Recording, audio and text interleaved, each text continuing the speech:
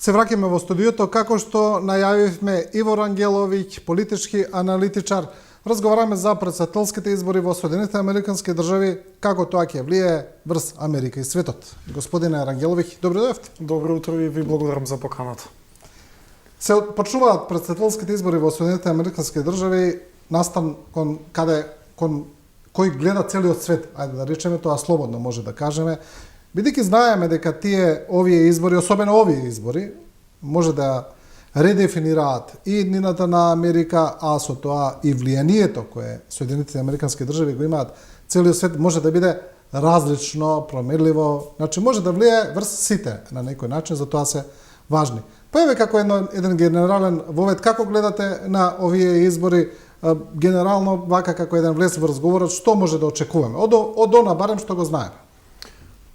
Моје мислење е дека генералната слика е и не така, да речеме, вкусна за просечен американски гласач, бидејќи моменталната ситуација укажува на тоа дека имаме два кандидати кои се ајде да речеме нетипични, односно за мој некои разбирања, бидејќи ме најавивте како аналитичар, пред се сум политиколог, исклучително неквалитетни, би рекол. Првиот кандидат, ајде да речеме Камала Харис, е изнуден кандидат, која нема бог знае каква историја нели во американската политика, и при тоа она што го нуди како кандидат е континуитет на статус квото.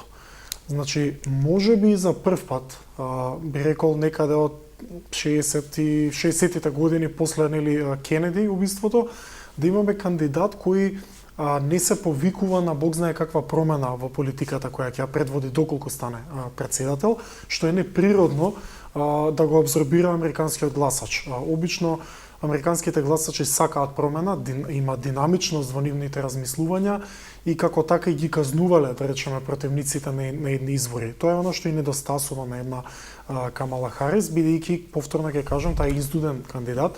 Пред се тоа требаше да биде Бајден, и сега може би за волја на вистината и во едно интервју да каже, јас нема да ја продолжам политиката на Бајден, токму за ова што вие зборувате, како да се обиде да направи неква дистинкција. Тоа е свој маркетинг, своја политичка стратегија, меѓутоа од другата страна пак и заедно и Трамп и Камала Харис го повикуваат своето гласачко тело, го убедуваат да излезе да гласа. Ниту еден од нив не ја шири гласачката маса. Ниту еден од нив не нуди програма за да придобие некој од спротивниот табор. Тоа е нетипично за американски избори.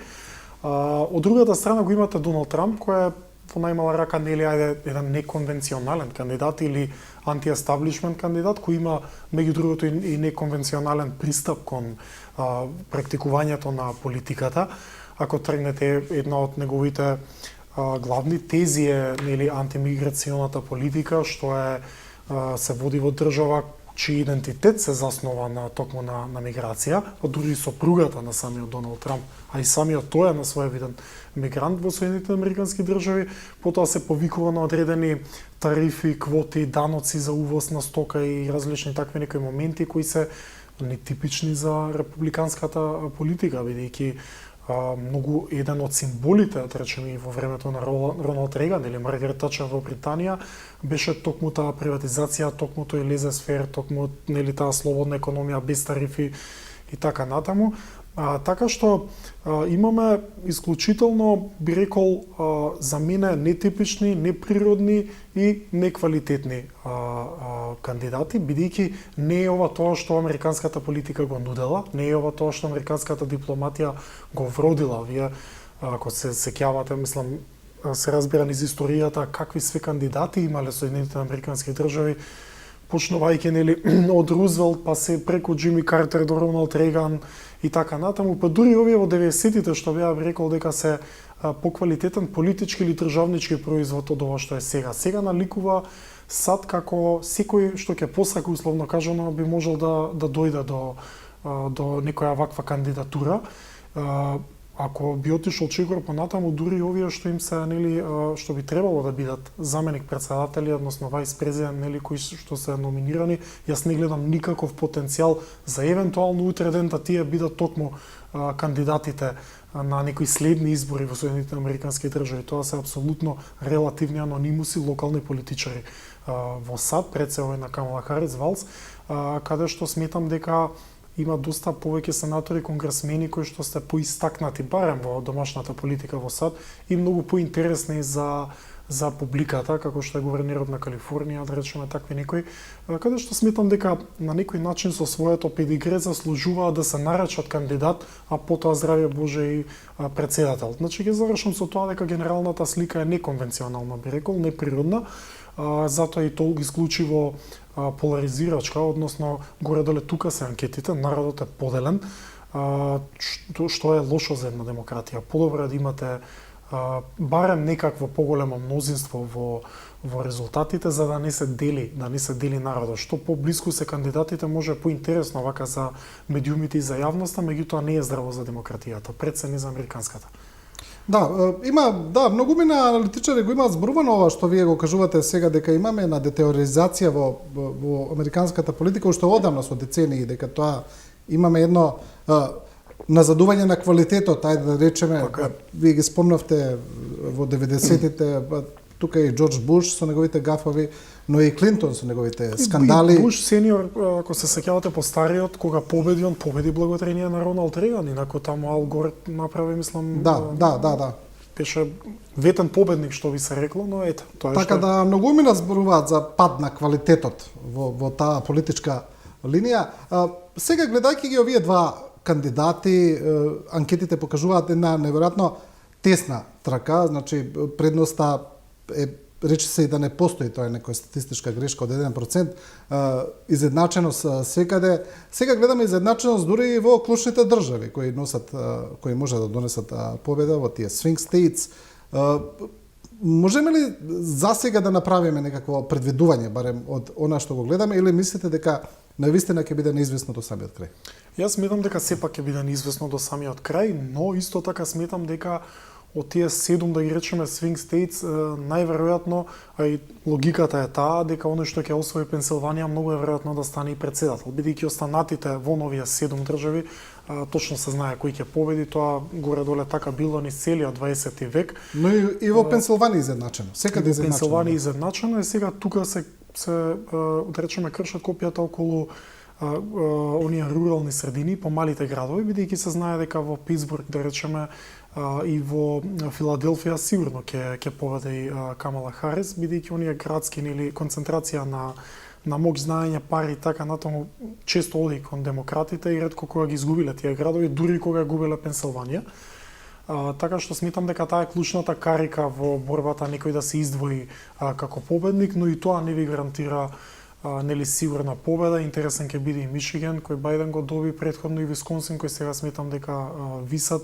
Интересно ќе биде дали ќе излезе латиноамериканската популација во Невада и дури јас би рекол имаше еден поранешен председател, мислам дека беше Реган, кој кажа една многу интересна реченица, а тоа е дека латиноамериканците во Соединетите американски држави се во подсвеста републиканци, односно конзервативни, и што повеќе се поброи во Соединетите американски држави, што повеќе гласови во иднина ќе добиваат републиканците. И тоа така навистина излезе.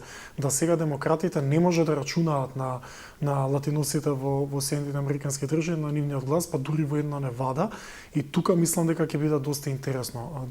Но тоа е сосема спротивно од нарацијата која шири републиканскиот камп, дека нелегалните емигранти кои сега се увезуваат за да гласаат за демократите. Па исто тоа јас би го рекол и за Флорида. Флорида како држава е пренаселена со таа хиспаник или како е на македонски шпанска популација од Латинска Америка, пред се од Куба, кои се нели антикомунисти пребегани во Флорида, меѓутоа вие во Флорида прешетате на улица, не се збори англиски, се зборува шпански, значи толку е тоа таму истакнато да и истите тие Флорида е една од најсигурните држави за републиканците во САД. И навистина тоа се некои феномени што се вели, меѓутоа тука некаде завршува политиката, започнува, ајде да кажеме, економските придобивки, интересот и така натаму.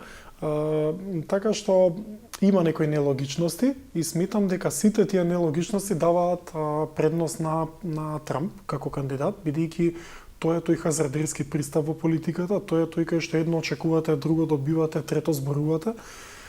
И сметам дека тоа е постои еден бранд низ целиот свет, нели тој антиглобален свет на кој јава, да речеме, кандидат како што е Доналд Трамп. и сметам дека тој подем, тој бран му оди во корист и тука е моќта на Трамп, дури да придобија Трамп придобива и афроамериканци во Соединетите американски држави. Читав некои анализи дека Камала Харис не може доволно да ги убеди младите латиноси и афроамериканци да гласаат во голем број за демократите, колку што тоа може да го направи Трамп, колку и да тоа звучи нели чудно. И она болна тема или сентиментална тема на која исто така се повикува Трамп, а таа да се врати Америка она што била, се повикува на една носталгија, кога САД беше тоа што беше, полицаец или лидер на светот како што го познаваме, лидер на светскиот поредок, ги сметам дека тие некои сентиментални чувства ги допира едноставно зборот на Трамп, со тоа што тој веќе од 2016 до 2020 некаде беше председател на САД, и видовме дека и не се случи Бог знае каква тектонска промена во тоа Америка да стане тоа што на тоа што се надева, односно се врати нели на тоа минато. Или во американската надворешна политика, некоја токму така. огромна промена немаше. Тури имаше некои напади дека токму мексиканци, односно таква некоја популација на мигранти го градеше зидот, односно ги привлекуваше Трамп да го градат зидот и такви некои недоследности. И затоа сметам дека од другата страна кај демократите би потребен некој тешкаш, некој пресериозен кандидат кој не би можел да го именувам во моментов за жал. Тоа е една цела генеза, еволуција која за жал оди во спротивен правец кај демократите, која би требало да го сузбие ова, бидејќи најсилната карика пак на Камала Харис е тезата, односно реченицата дека јас не сум Доналд Трамп. И тоа е до некаде добро, тоа е до некаде силно оружје, меѓутоа не сум сигурен дека е тоа доволно да убедите едно 50% од граѓаните на САД кои сигурно ќе гласаат за САД. Што значи дека кој да победи со некоја си минорна разлика, народот ќе биде сепак поделен.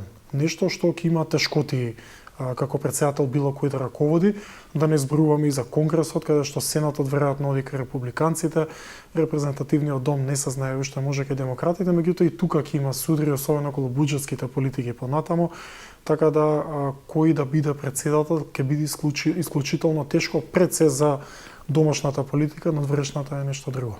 Да, токму тоа сега да ве прашам околу таа поларизација. Како се доведе Америка, Соединените американски држави да бидат толку поделени, поларизирани? Значи, се враќаме наназад, значи со упадот во Конгресот. Уште тогаш не се веруваше дека ги гледаме тие слики од Вашингтон. Нешто, значи реприза од оно што го гледавме во Скопје. Но кога тоа се случува во Македонија не ни е чудно, на некој начин навикнати сме на се. Значи ништо не ни изненадува, или на Балканот, ајде да речеме. Но кога ги гледавме тие слики од Вашингтон, навистина бевме шокирани на некој начин. И гледаме дека таа поларизираност не престанува, дека продолжува, дека како што и вие добро детектирате, американскиот народ е буквално поделен. И интересно е што кој да победи на овие избори, тоа ќе продолжи да биде така. Без разлика дали Трамп ќе биде новиот председател или Харис. Например, тимот на Трамп уште сега обвинува дека ако Трамп не победи, тоа сигурно ќе биде што демократите ќе ги украдат изборите. Веќе се поставува таков наратив. Доколку победи Харис, ќе имаме повторно огромно незадоволство. Доколку победи Трамп, ќе имаме исто така една страшна поделба на Америка, каде што тој веќе најавува многу одредени, како што тој вели, болни пресеци кои ќе ги направи во американското општество. Значи, како се доведоа да бидат волку поделени? Што доведе до ова? Па да, ви почнал од крајот, со тоа што ви кажал дека било несвојствено, дури не знам мисливо да било кој кандидат го предизвикува американскиот систем во било која смисла, го губи го напаѓа кредибилитетот и легитимитетот на американскиот систем воопшто, тоа било незамисливо од американските власти, јавности и така натаму, а тоа сега се случува.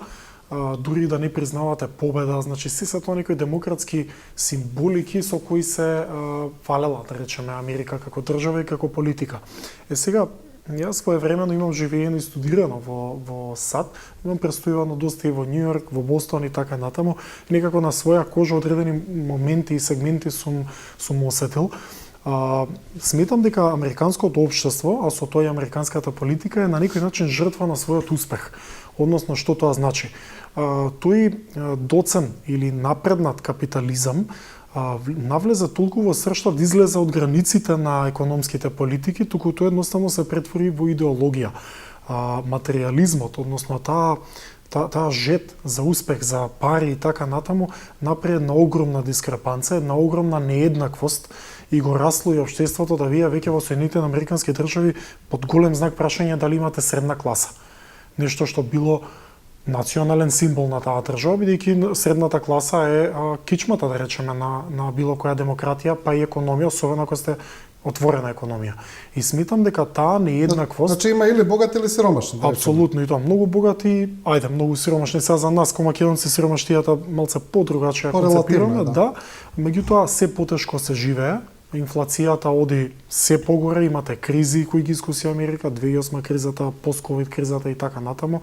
Од друга страна, се селат многу фирми, значи таа капиталистичка идеологија има возможност на американските фирми да бегаат по Кина, по Азија, за поевтина работна сила, таму да отвараат фабрики и така натаму. Едноставно и оној човек од ниската средна класа, што ја викаат во Соединетите Американски држави, кој што работи, да кажеме, во автомобилски индустрија, рударство и така натаму, веќе нема работа, бидејќи истите тие компании се насекаде низ светот, а тоа го возможила токму сад, повикувајќи се на премисите на капитализмот и отворената економија. Затоа велам дека се жртви на сопствениот успех. Да, вие паралелно ви расте државата, бидејќи имате апсолутна вредност на парите, меѓутоа низ времето многу луѓе остануваат без работа, многу луѓе осиромашуваат како резултат како на сметка на ова што вие добивате со тоа што ги извезувате на некој начин бизнисите, односно стопанството. Тоа е оно што го вели Трамп, каде што сака да воспостави даноци, тарифи и сето тоа и квоти на увоз за било кои производи,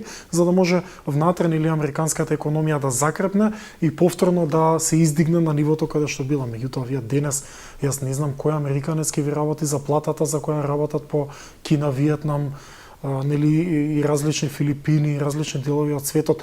Не е само да го произведете тој производ, треба да има некоја економска логика во тоа. Тој автомобил не може да чини $300,000, ако вчера чинил 50, затоа што платите во САД се високи и никој нема да се нафати поради тековната инфлација на работи за некои примања како што ги имале во минатото. Така да тоа е еден сериозен проблем за кој исклучително е тешко да најдете решение. Не е само да ги воспоставите тие даноци и квоти, ајде сега ние сме американците, протекционистичка економија и сето тоа, сметам дека многу е навлезан, многу е напреднат капитализмот и таа глобализација да сега така лесно се повлечете од неа, зборувам доколку Трамп дојде на власт. Особено ако влезете во оние трговски војни што ги велат со Кина и така натаму, тоа е исклучително тешко, бидејќи американскиот конзумент, односно американското општество, познат по конзумеризмот, се зајми во Кина. Значи сите кредити кои ги земаат американците во американските банки се резултат на штедењето на кинеските граѓани,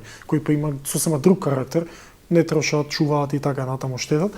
И сето тоа е толку врзано, толку испреплетено, да е многу тешко да вие утре излезете со магично стапче, се повлечете од сите светски институции, пеете некоја ваша песна и со цел да заштитите економијата. На крајот на денот има објективни околности кои вие не ги регулирате. Инфлацијата која се случи пост-ковид периодот, за тоа не е виновен ниту Бајден, ниту Трамп, ниту условно кажано било кој.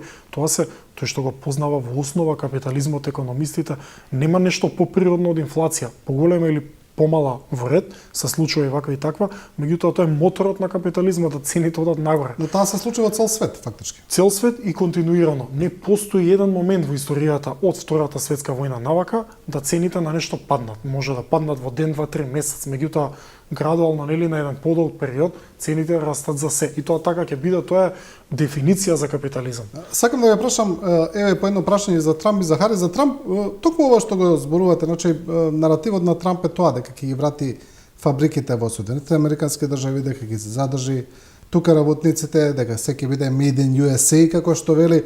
Имаше наратив уште првиот пат кога победи, кога стана претседател, тогаш велеше ќе го исуши мочуриштето. Трамп стално го бутка тој наратив дека тој ќе му помогне на обесправениот американец, на работникот, дека тој ќе ја уништи Deep State и така натаму, но неговите па критичари велат дека тоа е, ајде да речеме, само демагогија, бидејќи Трамп доаѓа од истата таа номенклатура. Тој е милиардер кој станал милиардер во тоа капиталистичко опскружување, по тие правила, дека и самиот работи. исто со неговите компании, имаше тоа и нели за неговите банкроти или за тоа како ги плаќа работниците и така натаму, дека тоа е само еден политички наратив со кој тој се обидува да добие гласови. Се согласувам со таа теза, делумно е точна, а би ја проширил, да не бидам погрешно сватен, меѓутоа да дочекаме конзервативци да му помогнат на сиромашниот човек, мислам тоа не постои во историјата, бидејќи идеологијата е сосема друга. Значи, вие ако сакате да му помогнете на тој човек, би требало да ги оданочите богатите, а да помогнете на сиромашните, што е сосема обратна политика, без разлика дали е Трамп и кој да било кандидат кај републиканците, а и во било која десница ни светот. Збориме по учебник, не би требало да биде така. Сега, тоа е оно што ја краси, да речеме, таа што ја велиме ултрадесници и во Европа, па и насекаде на светот, токму таа, ајде ќе ја наречеме за момент демагогија, а тоа е дека државата и општеството се заробени од тој deep state, од таа длабока држава, дека корпоративната Америка ги држи конците, ги влече конците, при тоа забораваме дека Трамп е меѓу лидерите на корпоративната политика во САД, бидејќи нели он е една од најуспешните меѓу нив. И дека сега треба да ослободиме од тој систем. Водеше шоу Апрендиски што ги отпушташе луѓето. Апсолутно. Да. Не само тоа, се сеќавам низ Њујорк, вие да прошетате на Манхетан, секоја втора зграда таму е условно кажано изградена од Трамп. Не само што изградена, туку изгравирана со златни букви неговото презиме. Значи таа само промоција, таа амбиција се гледаш уште. Јас сум бил таму негде 2000-тите на почеток, каде што се уште Трамп немаше никаква врска во политичкиот свет, не имал барем формално врска, но се гледала таа аспирација дека сакал да се наметне и ова е веројатно таа стратегија со која он бара влез во политиката, а тоа е дека нели општеството е заробено од длабоката држава. Постојат тука елементи, несомнено е дека корпоративниот свет на Америка и тоа како преку лобирањата и парите раководи на некој начин со државата. Меѓутоа таа раководи со демократите и со републиканците. Вие не можете да вие ако сакате тоа да го созбиете, треба да направите трета партија која се противи на овие две кои што се нели мејнстрим партии. Да, така што многу наивно е, меѓутоа тоа пали самата демографија како е, односно самата мапа на гласачи која ќе ја видите на Соединетите Американски држави, сега ви стана јасно. Значи во внатрешноста, каде што луѓето се посиромашни, неедуцирани, нели во тој контекст, таков едно слој на општеството, во големи разлики гласа за Трамп, бидејќи до таква некоја структура на луѓе допира ваква демагогија. Трамп или републиканец да победи во Њујорк, во Лос Анџелес, во некој од овие големите градови, особено што се на бреговите, научна фантастика. Не го нормирам ова, не дека треба вака да гласаат или така, меѓутоа едноставно тие не ја прифаќаат таа теза и сметаат дека на крајот на денот можеби и токму таа демагогија, односно таа вистина, ајде да кажеме, ја доведе САД да биде лидер во светот. Бидејќи САД не е држава од пред 20-30 векови, нели? Со таква една тематика, со таква една пракса во економијата и политиката, станала лидер во светот. Така што тоа се, да речеме, тоа е една висока политика, тешка матрица, бидејќи повеќе има емоција од што супстанца и секогаш ќе го поларизира општеството. За жал сме дојдени да имаме кај републиканците пред се екстремен кандидат, кој без малку со огромни разлики победува во самата републиканска партија. Сметам дека нема ни конкуренција, што се вели во нема некој да го загрози меѓу републиканците и тоа не е добро. Тоа не е добро. Да, кога зборуваме за Харис, вие самиот го спомнавте тоа што е, ајде да речеме, едно од незините главни мани. Прво, како што кажавте, таа е принуден кандидат, не беше во план да биде претседателски кандидат, тоа требаше да биде Бајден, но очигледно е дека мора да го сменат Бајден поради лошите перформанси.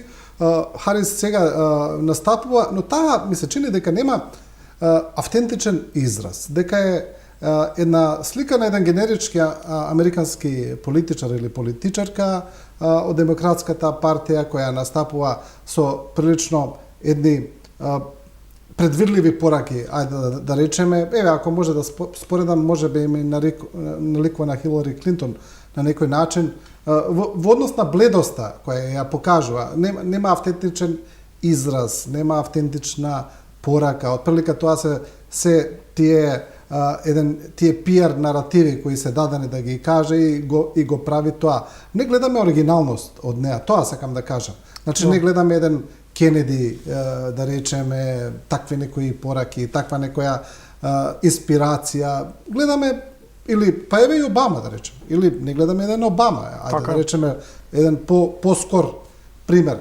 Гледаме една прилично неинвентивна слика, ми се чини. Се согласувам, апсолутно многу го сумиравте сето ова, само ќе надодадам дека дури наликува и на своевиден технократ, покрај тоа што е генеричка низината појава, сепак американската јавност секогаш била жедна и гладна за некоја интересна психофизика, за некој харизматичен лидер, кој можеби не е толку упатен во политиката, меѓутоа е представник. Знаете, вие да сте претседател на Америка, многу значи и вашиот изглед, и вашата координација на тело, и како се изразувате, па потоа и вашата доктрина или порака која ја праќате до народот, а сето ова изостанува кај Камала Харис. Дури јас ќе се усмелам да кажам дека добар дел од тврдокорните демократи во гласачкото тело на САД гласа против Трамп за Харис. Значи нема тука некаква автохтонност. Не дека ја поддржува неа. Да, нема автентичност во, не знам, во совпаѓање на некаква идеологија, да се согласува со нека низина доктрина која нема ни во најава за волја на вистината, и затоа сметам дека гласаат против Трамп со тоа што го даваат гласот на Харис. Дури овие селебрити, овие познати личности кои во последниве денови се надополнуваат на Харис, тие не изразија безрезервна поддршка, да речеме пред месец дена, 2 месеци, каде што можеш уште повеќе да го кренат рейтингот на Харис, туку тоа го прават во последните денови од некоја си нужност, ајде да кажеме. И сметам дека тоа е огромна слабост, а низината пак предност е да ги придобие своите гласачи со тоа што на вистина не го сакаат, односно не може да го поднесат Доналд Трамп. Не само што не го сакаат, има некои се плашат од реперкусиите, бидејќи овој пат на Трамп идејата, односно курсот кој сметам дека ќе го преземе е реваншизам и во домашната политика против оние кои му поставуваа сопки на секој можен план, но тука би го вметнал и одредени држави во Европа, европската политика, сите оние кои што направиле еден своевиден конгломерат против Трамп, сега мислам дека следи еден реваншизам. И тоа е она што ги плаши, да кажеме, добар дел гласачите, кој сметам дека оди на негативното конто на Трамп. Тука нешто може да придобие Харис, меѓутоа за мене лично ова што го велите вие многу поважно. Значи вие да не се истакнете како индивидуа, да не покажете некаква символика по која ќе ве паметиме, што дури најслабите кандидати за председател на САД го имале на свој начин. Не инспирира, едноставно не инспирира никого. Не инспирира, да. Нема простор, нема капацитет за некаква инспирација, додека пак Трамп има само за одреден дел од општеството. И тука е она што го кажав на почетокот, малку неприродно и нетипично што и се нуди на американската јавност. Иако има потенцијал, прва жена председател. Како уште не? да речеме и прва црнкиња жена председател. Така, значи, има и доста... азиско потекло, нели, Да. и афроамериканско и сето тоа, и дава една интересна база, што велите, основа. Меѓутоа, јас не знам, барем да се обидеше малку похрабро, посмело во тезите кон надворешната политика, малце да се осврне тука, па да се наметне и на светот и на јавноста. Меѓутоа, ние во тоа не гледаме самата изјава дека поддршка треба да се даде на Израел, дека нема да реагира во однос на Газа. Вре Трамп нуди безрезервна поддршка, Камала Харис веројатно со некакви резервации, меѓутоа во суштина, и тоа е не само за конфликтот Израел-Палестина, меѓутоа и воопшто основата на американската политика е една те иста. Значи тоа е едно статус кво кој без разлика кој да победи, одредени кор моменти или срж моменти се тие. Нема менување на таквото нешто. И тоа е според мене многу жално. Особено очекував од левицата, од демократите пред се, да дадат еден антипод на Трамп, кој исто така ќе биде анти-естаблишмент, на што тоа значи да си демократ во САД, но да биде своевиден, нели, оригинална фигура кој ќе има поинакви мислења и траектории по кои би практицирал политика доколку стане председател. Немаме таква личност, за жал, се уште кај демократите, и повторно ќе кажам дека Камала Харис доколку победи, многу голема веројатност е тоа да биде благодарение на оние луѓе кои се против Трамп, а не дека толку многу ја поддржуваат политиката и ликот и делото на Камала Харис. Ајде, водна што го спомнавте и што доста ме интересира тој надворешната политика, како ќе влие, не би се задржувале премногу на Харис, бидејќи знаеме, отприлика што би донело тоа продолжување континуитет на сегашната политика. Не верувам дека тука би имало било какви промени, но интересно е што би се случило доколку дојде Трамп, например. Имаше обсервации, да, за првиот мандат на Трамп, дека немаше тектонски преметувања во американската надворешна политика, иако имаше одредени моменти, например, признавањето на Јерусалим како главен град на Израел, или оние директни обиди да го реши севернокорејскиот проблем, да речеме, седнувањето со Ким Јонг Ун, иако тоа во суштина не донесе ништо, или да речеме носењето на за нашиот регион интересно на Вучич и Курти во Вашингтон, кога ги седна на онаа маса, така ајде, договорите се, ништо не се случи од тоа. Значи повеќе имавме декларативни моменти отколку суштински, но има моменти кои се различни, например пристапот на Трамп кон Кина, Иран и Русија е различен. Тој значи имаше еден прилично антагонистички однос кон Кина и кон Иран, а попозитивен кон Русија, додека се чини интересно кај демократите дека е обратно. Тие не се во добри односи со Иран, но сепак не сака да ја заоструваат премногу работата, со Кина се чини дека ја смирија, но отидоа во еден директен антагонизам со Русија. Да. Оно што е амблемно, да речеме, во кампањата на Трамп е нели она реченица дека ќе заврши војната во Украина за 24 часа, што веројатно има своја фигуративна тежина сето тоа, меѓутоа е многу веројатно брзо да ја заврши. Од аспект на тоа дека се очекуваат одредени концесии или територијални сецесии од страна на Украина кон Русија, нешто што сметам дека е многу голем проблем, не поради тоа пред се за поздрав дека во тој случај војната би се завршила и нема да има жртви, меѓутоа тоа ќе го охрабри Кремлин, односно Путин, со тоа што би можел понатаму истово да го проектира на некои од останатите помали држави во регионот, како што се Балтичките земји, Естонија, кои се членки на НАТО. При тоа Путин многу добро знае дека доколку Трамп стане председател, тој не е голем фан на НАТО и многу е веројатно да биде пасивен. Дури ако дојде конфликт НАТО-Русија, да тој не поддржи интервенција од НАТО и сето тоа може добро да се злоупотреби. Ако на ова надодадеме дека Трамп сигурно неизбежно ќе испровоцира, ајде да кажеме, трговска војна со Кина, тоа додатно да ја зајакнува позицијата на Русија, бидејќи Кина ќе гледа во Русија пријател против американците, така што толку би се искомпликувала работата, што не гледам во целата таа динамика што би добила САД како држава на страна остатокот од светот, туку што би добила конкретно САД како држава, освен што нема да, нели условно кажано, фрла пари во Украина за таа војна. Многу аналитичари низ Европа говорат дека токму тие моменти што ќе остави, да речеме, Европа на цедило, ќе ја зајакне Европа, односно ќе придонесе за единството кое во моментот фали. Дури да ги помери оние ултрадесничари со некои си центристи и левичари во Европа, на начин на кој ќе биде нужност да се справи Европа заедно, односно да веќе почне да практицира единствена политика како еден ентитет, политички ентитет. И тоа не е за исклучување, не интересна анализа, но е преголемо коцкање, би рекол. Уште една работа што сметам дека е не интересна, но ќе биде типична. Тоа е, например, ако направиме аналогија една, како на изфрлите го своето дете надвор, ајде сноги се. И ако се снајде, ќе биде посилно. Така е. Се разбира, може би тоа е моментот на Европа кога веќе во вакви услови не може да постигне. Но може и да не се снајде, нели? Затоа веламе големо коцкање. Бидејќи Америка доколку политички во некој политички жаргон ја загуби Европа, тешко и на низината безбедност, бидејќи таа е една бафер зона помеѓу големите сили, во случајот САД Русија и САД Кина.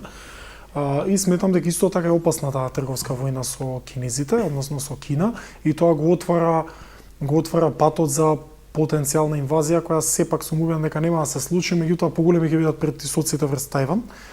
Така што се тоа ќе предизвика, можеби ќе реши еден проблем, но ќе отвори друг, можеби ќе донесе мир, како што знаат да се пофалат републиканците дека во нивно време ретко кога има војни, за разлика од кога се демократите на власт, меѓутоа ќе отвори сериозни прашања. Во поглед на Блискиот Исток сметам дека буквално ништо нема да се промени, кој да победи, дури ако победи Трамп, можеби би била поакутна таа инвазија од страна на Израел кон Палестина, ако дотогаш не заврши. Меѓу другите работи, затоа и на некој начин брзаа демократите да се донесе некакво примирие помеѓу Израел и Палестина. Но во поглед на Блискиот Исток ништо спектакуларно, ништо ново со тоа што може би победата на Трамп ќе донесе за зајакнување на односите со Саудитска Арабија и евентуално одложување на Саудитска Арабија на нивното присуство во БРИКС. Тоа е нешто што би можело да се смени, меѓутоа некакви тектонски движења не верувам. Многу е лесно да кажете дека преку ноќ доколку дојдете на власт и ја предводите Америка дека ќе се повлечете од сите овие работи. При тоа Америка век до два наназад се мести и се истакнува како лидер на овој свет и би требало да се спремни доколку вие сте повлечети и оставите еден вакуум, знаејќи при тоа дека мултиполаризмот е нели во подем, да сте спремни дека оној што ќе го пополни, вие сте му го стапиле местото да го пополни, заштитувајќи ја сопствената држава. И што е уште поинтересно, овие што ги нарекуваат ултрадесничари по Европа, нели се солидаризираат на некој начин со политиките на Трамп, меѓутоа во сршта нивните политики се сосема спротивни, бидејќи оние актив во економијата и политиката кој би ги донел Трамп, драстично ќе нарушат економијата на Европа, која пак овие ултрадесничари во Европа сакаат да ја вратат на она што било. Така да сметам дека тука се јавува таа демагогија, дека тука нема ништо освен лични интереси за власт, што не дека тој популизам не постои меѓу левичарите, апсолутно постои, на еден сосема друг начин. И сметам дека таа опасност, една геостратешка опасност е доколку повлекувањето на САД остави еден вакуум, а тој веќе постои, за некои нови сили да превземат, нели да станат ајде на некој начин полицаец на светов, тоа не мора да биде една, може да биде нели повеќе центри на моќ, но да не биде после нели Кина се истакнала, Русија се истакнала, посредуваат мировни преговори на секаде по светот, прават формации на БРИКС, воведуваат нови валути. Сето тоа е благодарение на тоа пречутно повлекување на Соединените Американски држави од големата сцена. Ја што велам народски кажано, мултиполарен свет. Сте го фатили орот, играте го до крај. Така да Што е господине Рангеловиќ со Балканот? Гледаме дека и тука земјите, лидерите веќе фаќаат страна навиваат за ова или она и мисла дека победата на Трамп или на Харис ќе им донесе одреден бенефит. Мислите ли, еве, повторно ја анализираме победата на Трамп, бидејќи со Харис знаеме како е. И судејќи од првиот мандат на Трамп, мислите ли дека ќе биде нешто поразлично на Балканот? Јас искрено сметам дека директно не, значи директни влијанија од САД, односно од Трамп конкретно кон Балканов, не верувам дека ќе има, пред се не кон Македонија. Со тоа што може да постојат индиректни некои промени, зависи од контекстот и како ќе се однесува Трамп према Европската унија и НАТО, па тоа да упали некаков аларм, да уклучи некаков аларм во Брисел за евентуално проширување на Европската унија, за да не влезат нели влијанија од трети држави, плашејќи се од Трамп дека се повлекува од Европа и сето тоа. Меѓутоа некаква директна политика не. Јас ако не се лажам, Македонија го промени името за време на Трамп, така што Трамп не го ни спомена тоа, само го подржи преку телеграма и сето тоа.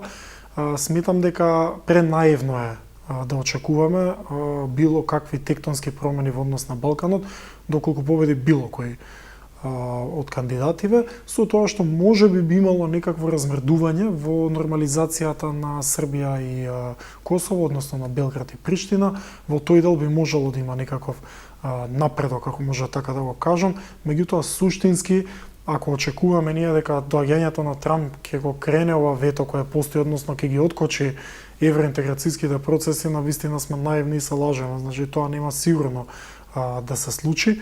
Ниту пак сметам дека има доволно време во еден мандат Трамп да се посвети на Балканот за да издействува нешто вакво, знаејќи кои се неговите најави, кои се неговите политики и кои се неговите проблеми со кои би требало да се соочи доколку стане председател, и ако тоа го зачиниме со оној реваншизам кој се осеќа во воздухот во неговата кампања, јас не гледам време и простор за директни интервенции на Балканот во било која смисла, но пред се политичка. Да, колку него Балканот би му било приоритет, навистина прашање, но има еден интересен момент е тоа дека специјалниот претставник на Трамп за Балканот, Ричард Гренел, кој повторно е актуелен, ајде да речеме, гледаме дека па дури премиерот Мицкоски се сретна со него, сега нема улога, нема функција се разбира, но доколку победе Трамп можеби повторно ќе има важна функција. Гледаме дека тој има еден прилично негативен однос кон косовскиот премиер Албин Курти и тие изјави ги дава често и јавно и директно. Значи, доколку Гренал баш биде повторно представник за Балканот, можеме ли да очекуваме можеби еден понегативен став кон Косово или само кон Курти? Генерално сметам дека фокусот ќе биде пред се кон Курти. Сега ние на Балканот малку чудно ја толкуваме американската политика, односно би рекол субјективно. Тоа не значи дека Трамп и секретарот кој би бил, односно човекот заложен за Балканот, многу ги сакаат србите, ако може така да се изразам. Па колоквијално може би така се верува, да. Така што политиката, односно идејата за сето тоа е бидејќи Курти е човек кој пркоси на Америка, односно се обидува Косово да го извлече, да го издигне како актер кој е и не така зависен од Америка, односно да испадне дека Косово не е американска творевина. И навистина оди им прекоси на американците, без разлика кој е на власт, ќе видиме како ќе се однесува со Трамп. Меѓутоа тоа е нешто што администрацијата на Трамп не би го толерирала. А тоа може да се сервира, да речеме, кај српската јавност, дека ете републиканците се со нас, не го поддржуваат Косово и така натаму. Така што сметам дека и тука не очекувам, дури Курти би можел да падне од власти без некаква интервенција од републиканците, бидејќи и таму врие на политичка точка. Така што не очекувам големи некои промени во делот на Балканот, па и на Косово, Србија. Дури јас би шпекулирал и на обратна ситуација, а тоа е да се оди на некаква посериозна нормализација на односите меѓу Белград и Приштина, што колоквијално кажано па и не им одговара на србите, бидејќи на крајот на денот не сакаат да го признаат Косово како држава. Така што јас не да сум политички актер дали во Србија, дали во Македонија, не би се надевал многу на американска поддршка доколку Трамп дојде на власт, особено не во првите година-две, каде што Трамп ќе сака да биде експедитивен во она што го најавуваше, а тоа е војната во Украина, трговијата со Кина, односно воспоставување даноци, едноставно оние условно кажано популистички мерки да ги извади на површина, да има со што да мафта, бидејќи овој пат нема време за губење. Он беше убеден дека ќе го добие вториот мандат, што и не беше толку многу далеко, без разлика на тие 7 милиони гласови предност на Бајден. Така што сметам дека овој пат нема право на грешка и не би губел време, ако може така да се изразам, со проблемите на Балканот, кои векови наназад не може да се решат, не потокму сега. Да, добро. Пред крајот се враќаме повторно во Америка, евентуалните последици од тие избори. Значи, гледаме дека во Вашингтон уште сега се поставуваат метални огради, барикади, дека се плашат од евентуални немири пост изборно. Предпоставувам дека повеќе се стравовите доколку победи Харис од евентуални немири, значи да се повторни она што се случи со минатите избори, со нападот врз Капитол.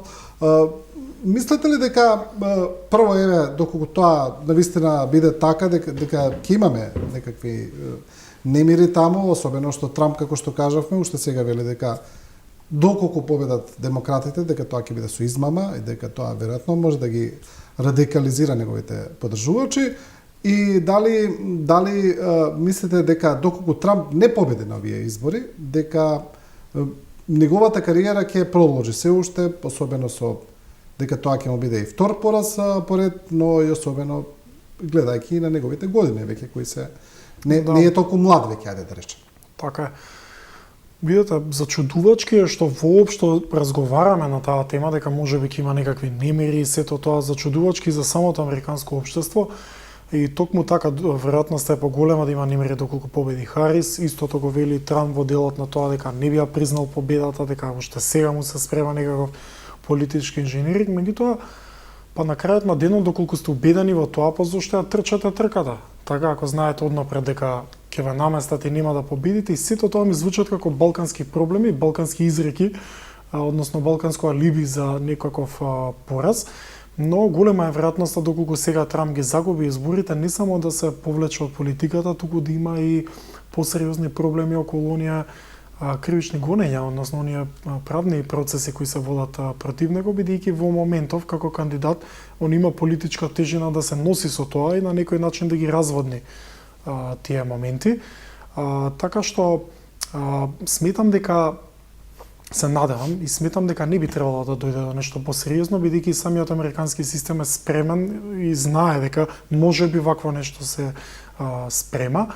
Меѓутоа, сите тие моменти, како што се евентуални, потенцијални нереди, како што е таа неодлучност помеѓу граѓаните и таа тесна борба и резултати во маргини на грешка, сето тоа е израз на тоа едно поделено општество кој ниту Харис, ниту Трамп заедно немаат капацитет да се справат со тоа.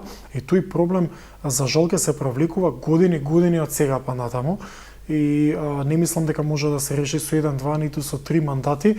Тоа е навлезано во страшно на американското општество и во системот, и сметам дека е многу тешко да се промени, без разлика кој ќе победи. Така што, од друга страна, пак не знам ни со какви кандидати ќе излезат на некои си следни избори демократите и републиканците. Ако ништо више, сега републиканци имаат еден неконвенционален анти-естаблишмент кандидат кој некако ја влече популарноста на тоа кој што е и на тоа што го говори, но понатаму ќе мора следните кандидати да ги адресираат овие проблеми кои сега и не се зборува толку многу за таа поларизација. Се збори, но и не се зборува, односно ниту една политичка кампања не се осврнува на таа поларизација. Ке се фрли некоја реченица во јавност дека Америка треба да се помири и така натаму, но не гледаме конкретни чекори кон тоа. И вие со некои такви тези, например антимиграцијската политика, вие го поткопувате функционирањето на тоа општество, бидејќи тоа општество е базирано токму на мигранти и така натаму, и некако таму се сите мигранти во суштина, сите се мигранти. Фактички тоа е страшно на американскиот идентитет. Освен индијанците, се други емигранти, да. Да, тие се речеме и таму правите американци, да, ако може така да кажеме. Да. Да.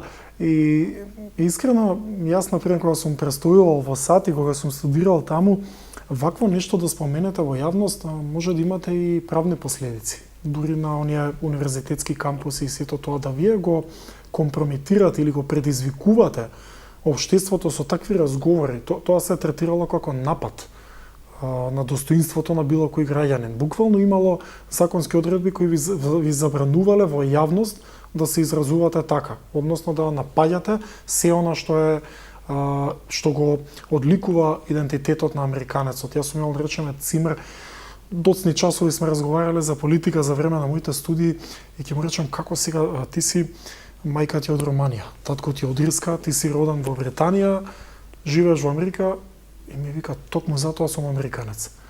И тоа е можеби чудно за нас, но таа е вистината. Тоа е нешто што они се фалат и се носат со тоа. Кај нас е сосема обратно, кај нас и нели по име, презиме, религија и така натаму.